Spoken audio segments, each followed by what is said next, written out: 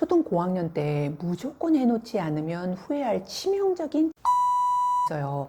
공부시키는 쪽에 신경을 오롯이 쓰느라 이걸 소홀히 하면 중고등학교 올라가서 두고두고 후회하게 되는 게.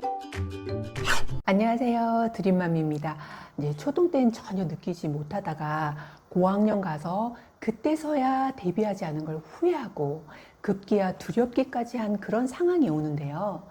이제 저 또한 그런 부분을 대비하지 못한 걸 너무너무 후회하거든요.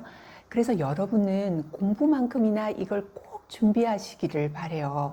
그게 뭐냐면 바로 자녀와의 소통 습관이에요. 나 그렇게 하고 있는데 라고 생각하시는 분들 많으시죠? 그렇다면 우린 어쩌면 두 가지를 착각하고 있는지도 몰라요. 이제 아이가 계속 귀엽고 말 잘 듣는 아이로 자랄 거라는 착각. 또 하나는 아이와의 대화를 잘하고 있다는 착각인 거죠. 이제 우리가 거의 일방적으로 말하고 아이의 소리를 과연 얼마나 들어주고 있을까요? 이제 어릴 땐 설마 하고 간과를 하다가 저를 포함해서 정말 대부분의 부모님들이 충격의 도가니에 빠지는 순간이 와요. 그래도 물론 헤쳐나갈 방법이 있지만 일단 그 상황을 맞닥뜨리게 될 때 부모님도 굉장히 힘들고 아이도 통제력을 잃거나 학업을 멈추는 그런 부작용도 발생을 하는 거죠. 사실 공부 측면에서만 봐도 이제 초등 저학년 때보다는 학년이 올라갈수록 정서적인 안정이 되어야 학업에 몰두할 수 있기 때문에 부모와의 소통이 더더욱 중요하거든요. 그런데 우리는 반대로 하고 있는 거예요.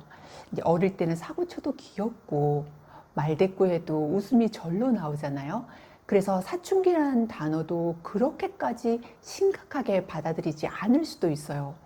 그런데 막상 그 상황에 부딪히게 되면 화가 치밀어 오르고 막 서로 언성을 높이고 아이가 대화를 차단하는 그런 경우가 생기게 되는 거죠.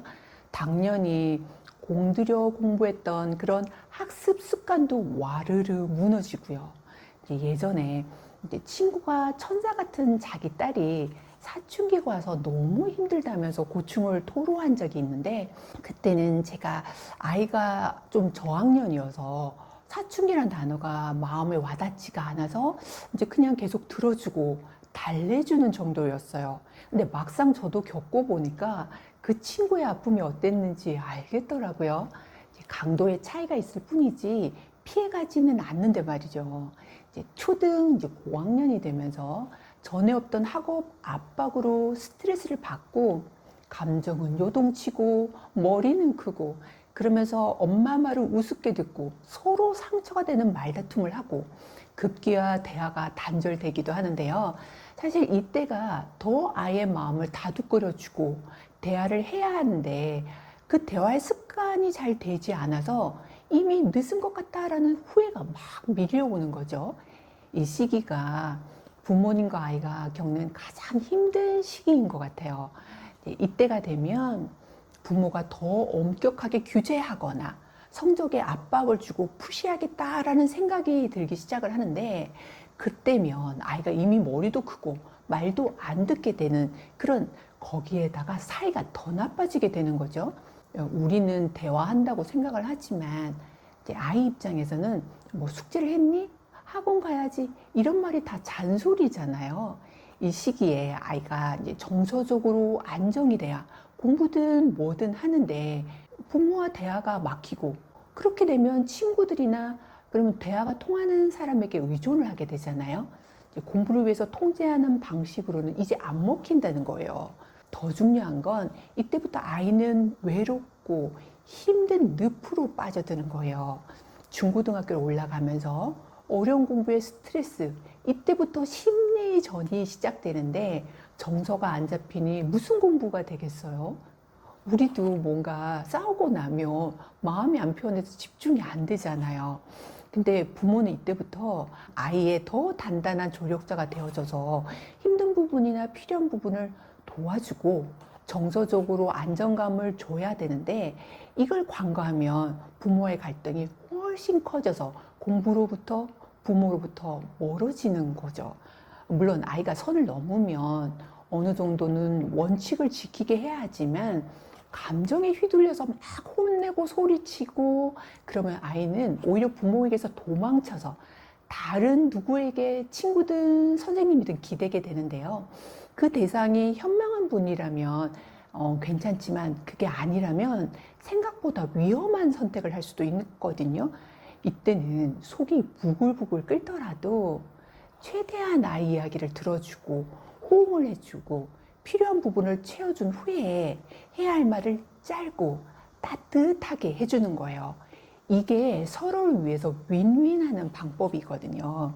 이게 공부 잘하는 아이들의 부모가 다 포용적이고 관대하지는 않아요. 하지만 최소한 자녀에게 그렇게 하려고 노력은 하는 거죠. 어떤 지인은 엄마가 정말 인품도 너무 좋으시고 심지어 아들까지 속을 썩이지 않는다는 거예요.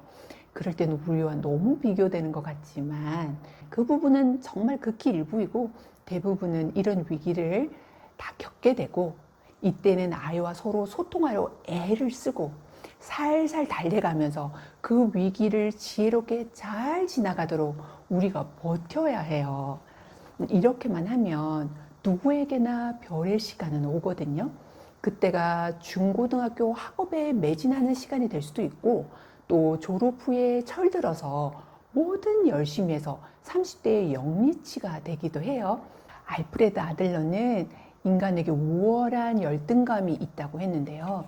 누구나 열등감은 있지만 사춘기 시기에 그 열등감을 잘못 다뤄주면 폭발하지만 잘 다독거리면서 나가면 그 열등감이 성공으로 이어진다는 거예요. 대표적인 예로 일론 머스크의 열등감은 지독한 성취 욕구로 이어져서 세계 최고의 경영자가 됐다는 거죠. 지금 현재 아이의 단점이 너무 많이 보이고 좀 더 열심히 하게 하고 싶다면 아이의 부족한 부분이나 열등감을 존재감, 동기부여로 만들 수 있도록 그 환경에 풍덩 빠뜨리세요. 일단 집에 들어오면 안정감을 느끼게 하고 엄마는 오롯이 아이 편이라는 걸 느끼게 해주고 아이 옆에서 적어도 책을 읽는다던가 자신의 일을 열심히 하는 그런 모습을 보여주는 거예요. 이 모습은 아이를 100마디 잔소리하는 것보다 더 큰 효과가 있을 거예요. 사실 저희 아이에게도 치명적인 단점이 있었는데요. 물론 다른 단점도 있지만 어릴 때 친구들이나 대중 앞에 나가서 말하는 걸 너무너무 힘들어하는 거예요. 발표를 할 때면 귀가 새빨개져서 제대로 말도 못하고 제대로 하고 온 적이 드물었거든요. 그래서 속상했지만 저는 지적하는 대신에 아이를 믿고 기다려주면서 자존감을 뿜뿜 키워주는 데 집중을 했어요. 그런데 정말 마법 같은 그런 일이 생겼는데요. 그 핸디캡을 극복하고 그에 더해서 대중 앞이나 기업인 앞에서도 당당하게 발표하는 그런 아이로 성장을 한 거예요. 그 계기가 되게 아이러니하게도 제 유튜브 초기에 참 많이, 지금도 부족하지만 그땐 더 부족했거든요. 그래서 제 영상을 보면서 엄마, 영상에 이 부분은 너무 이상해. 나 같으면 이렇게 말하겠어. 라면서 막 잔소리를 하는 거예요. 속으로 됐거나 잘하세요. 라고 말하고 싶었지만 꼭 참고, 고마워. 그랬어요. 이제 그렇게 나름대로 영상을 분석을 하더니 나가서 수많은 리더들의 연설도 그렇게 분석을 하게 되고 그러면서 자기도 모르게 아이가 말문이 트기 시작을 하는 거예요. 그리고 놀라운 변화는 대학 동아리에서 해외 학생들과 또 글로벌 기업을 대상으로 설득하고 프로젝트를 따오는 그런 AI 컨설팅 활동까지 하고 있더라고요. 그렇게 수줍어하고 자신 없어 하던 그런 아이가 말이죠. 열등감을 극복해서 장점으로 바뀐 거죠. 이렇게 부모가 믿고 소통의 끈을 놓지 않는다면 아이에게는 반드시 자신만의 빛나는 별의 시간이 찾아올 거예요. 그때 중고등학교 때일 수도 있고 또 대입 이후에 20대, 30대에 철이 들어서 공부든 취업이든 사업가의 역량이든 뭐든 돼서 성공할 거예요. 이제 속도보다 방향이잖아요. 지금 당장 답답하고 화가 나시더라도 우리 조금만 더 숨고르기를 하고 아이에게 정서적으로 요람이 되어 주자고요. 오늘부터 아이의 길을 팍팍 살려주는 진짜 소통을 시작해 보는 건 어떨까요? 자녀가 더없이 행복하고 멋지게 성장하기를 응원하면서 드림마음 다음 시간에 더 좋은 영상으로 찾아올게요. 감사합니다.